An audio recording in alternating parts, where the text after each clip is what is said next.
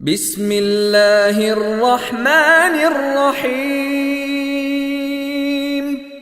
قل أعوذ برب الناس ملك الناس